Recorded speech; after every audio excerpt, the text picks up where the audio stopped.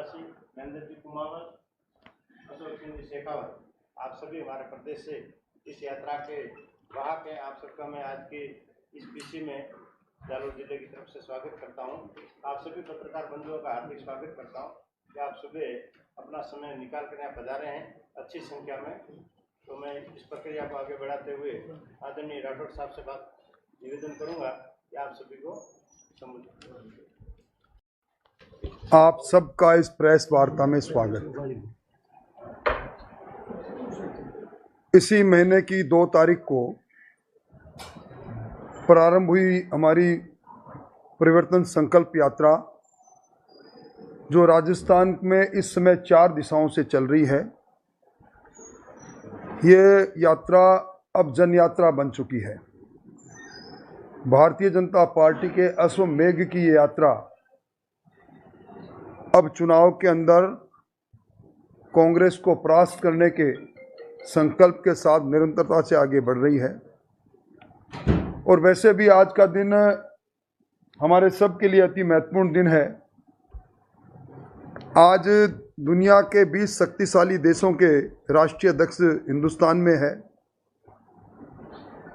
और वासुदेव कुटुंबकम, जो हमारे सनातन की आधारशिला है, विश्व एक परिवार है, इस अवधारणा पर आज दुनिया के सबसे बड़े नेता नरेंद्र मोदी जी G20 की अध्यक्षता कर रहे हैं।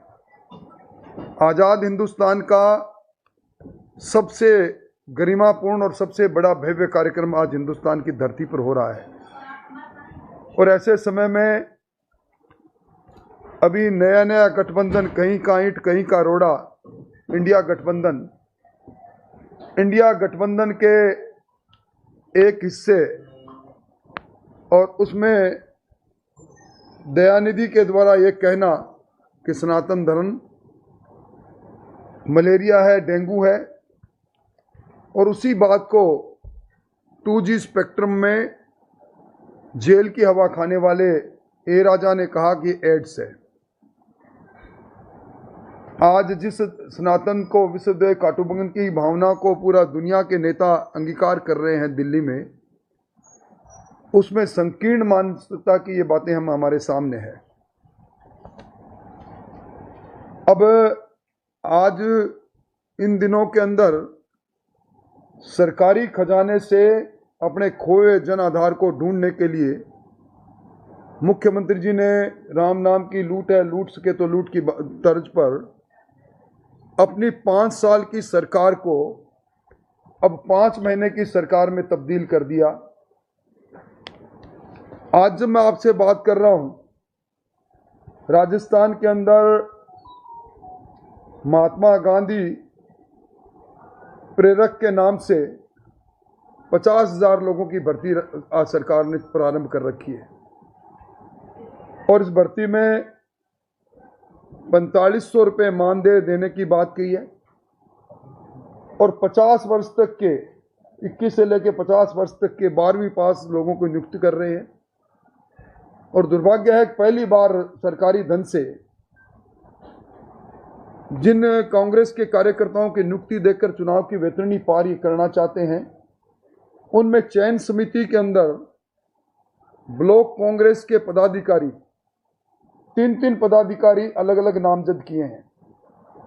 ये पहला उदाहरण है आजाद राजस्थान के अंदर, जब अपने कार्यकर्ताओं को जो असंतुष्ट हो गए उनको संतुष्ट करने के लिए मुख्यमंत्री जी कृत्य कर रहे हैं। इससे पहले राजीव गांधी वॉलंटियर्स के नाम पर 50,000 कांग्रेस के कार्यकर्ताओं को 17,000 रुपये महीने का मानदेय देने का काम ये सरकार कर रही है। और राजीव गांधी युवा मित्र के नाम से 2,500 युवा कांग्रेस के कार्यकर्ताओं को 32,500 रुपये दे रही है। यानी ये सरकार अब उन सारे मामलों को, एक सर्वोच्च न्यायालय में एक उमा देवी बनाम स्टेट ऑफ कर्नाटक एक मामला चला था, जिसमें यह निर्धारित किया गया था कि सरकारी धन से साक्षात्कार के आधार पर बैकडोर से कोई भी भर्ती नहीं की जा सकती। अब ये सरकार अपनी गिरते हुए जन आधार के आधार पर खजाना लुटा रही है। वहीं ये पहला उदाहरण होगा जब सरकार के एक मंत्री, युवा और खेलकूद मंत्री अशोक चांदना चेतावनी देकर बिजली की अव्यवस्था को लेकर, बिजली की कटौती को लेकर धरने पर बैठ जाए। हमारे यहाँ संविधान है, संविधान का आर्टिकल 164(2) ये कहता है एक मंत्री कोई वक्तव्य देता है, चाहे वो सदन में दे चाहे सदन के बाहर दे, समुदाय सामूहिक नेतृत्व जिसको कलेक्टिव रिस्पॉन्सिबिलिटी कहते हैं, उस आधार पर पूरी सरकार का वो बयान माना जाता है। यानी पूरी सरकार ये मानती है कि हम 100 यूनिट बिजली फ्री करने की जो बात हमने कही और फ्यूल चार्ज माफ करने की बात कही, ये तथ्यों से परे है। और आज राजस्थान के अंदर बिजली की कटौती को लेकर हाहाकार मचा हुआ है।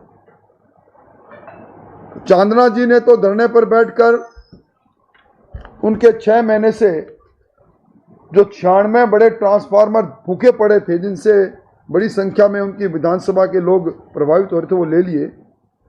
पर आज भी इस रानीवाड़ा में, इस जालोर में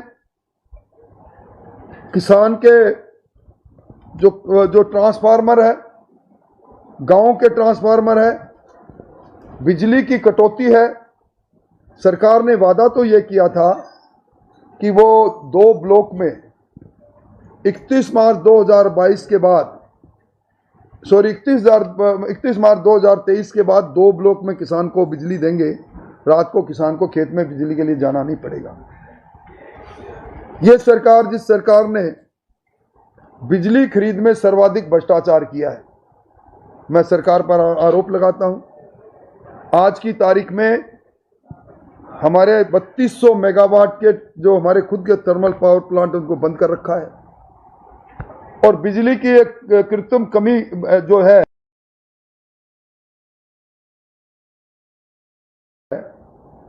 इस सरकार ने विधानसभा में कहा था कि हम सरप्लस स्टेट हो गए। हम 23,309 मेगावाट के साथ विद्युत उपलब्धता के साथ हम सरप्लस स्टेट हैं। और आज महंगी बिजली खरीदने में कीर्तिमान स्थापित किया इन्होंने। 2021 में 14,000 करोड़ की बिजली खरीदी, 2022 में 15,600 करोड़ की महंगी बिजली खरीदी निजी विद्युत उत्पादनकर्ता से। और इसमें भयंकर और बड़ा भ्रष्टाचार हुआ। कोयले की कमी बताकर इसी सरकार ने 1042 करोड़ का एक टेंडर अडानी पावर प्रोजेक्ट को सिंगल टेंडर आरटीपीपी एक्ट के प्रोविजन की धज्जियां उड़ाते हुए दिया।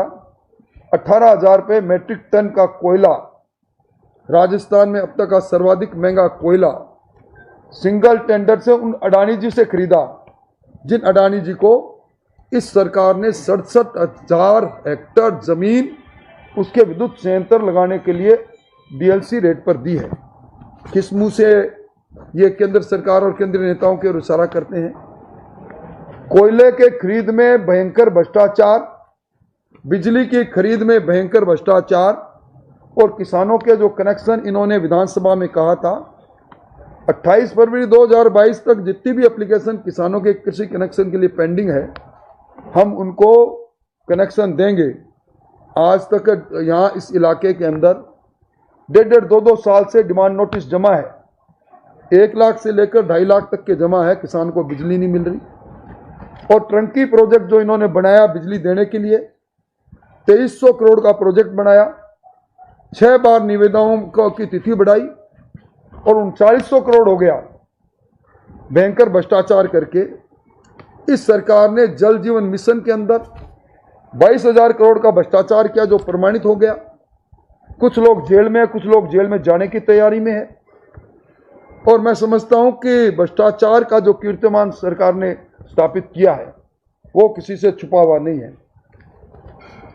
इस सरकार के मंत्री पहले राजेंद्र गुड़ा जी, जिनको मुख्यमंत्री जी ने कहा था कि उनके पुत्र रतन के जन्म दिवस पर आप अगर नहीं होते तो मेरी सरकार नहीं बचती, आज हमारी सरकार पर आरोप लगाते हैं। हॉर्स ट्रेडिंग का आरोप लगाते हैं।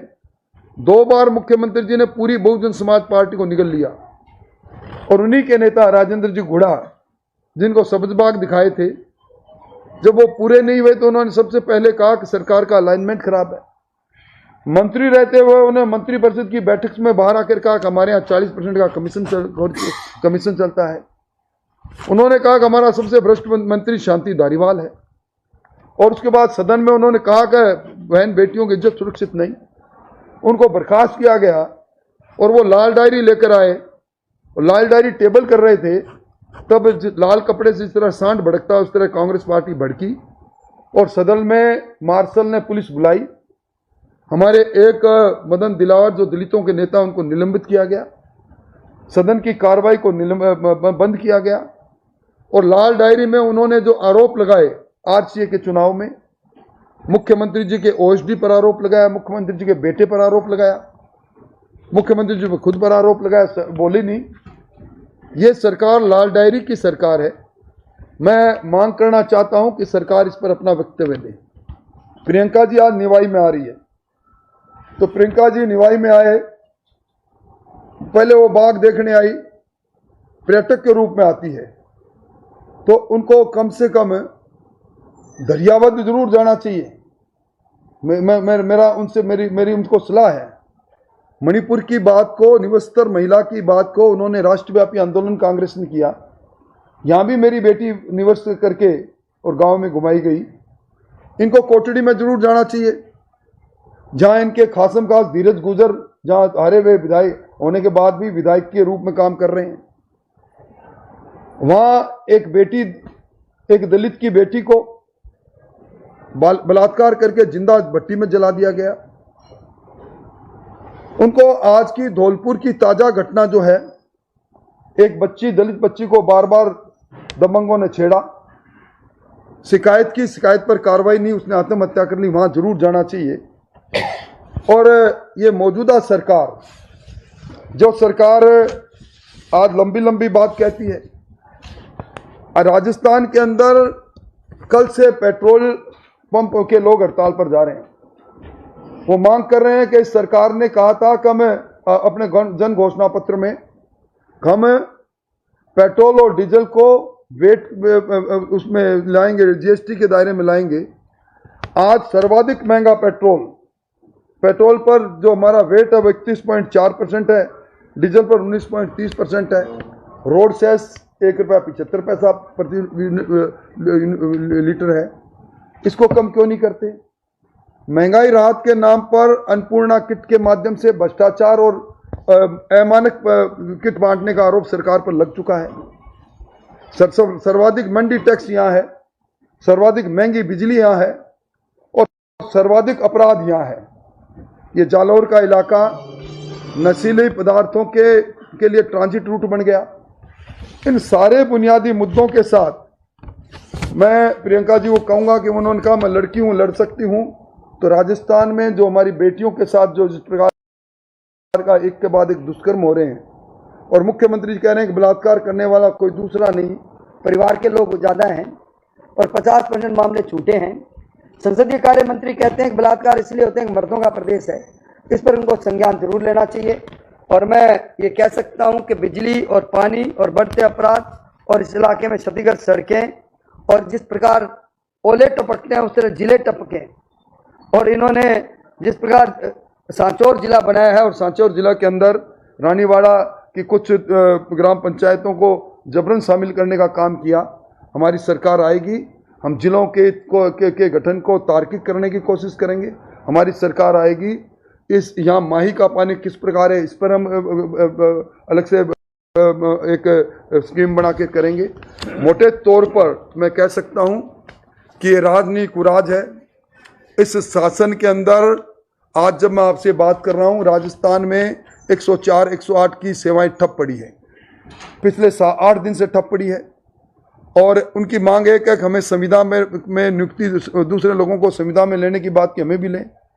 संविदा के अंदर जो काम कर रहे थे, जिन्हें सब्जबाग दिखाया था 1,36,000 लोगों को, हम आपको नियमित करेंगे, आज तक नियमित नहीं। अब सरकार के खिलाफ सड़कों पर आंदोलन चालू हो गए और इधर भारतीय जनता पार्टी ने अपनी खंदक की लड़ाई प्रारंभ कर दी। मोटे तौर पर मोटी मोटी बुनियादी बातें जिनको लेकर हम यहाँ इस परिवर्तन के आगाज को कर रहे हैं, मैंने आपके सामने रखी। कोई आपका कोई सवाल उत्तर करें। कांग्रेस सरकार ने 100 यूनिट बिजली और 2000 यूनिट कृषि के लिए फ्री दी है। आपकी सरकार की और जो आम आदमी पार्टी है उन्होंने 300 यूनिट फ्री की घोषणा की है। क्या बीजेपी सरकार में आती है तो 100 यूनिट पर कुछ बदलाव होगा या देखिए, बंद किया जाएगा? भारतीय जनता पार्टी आई और पहले भी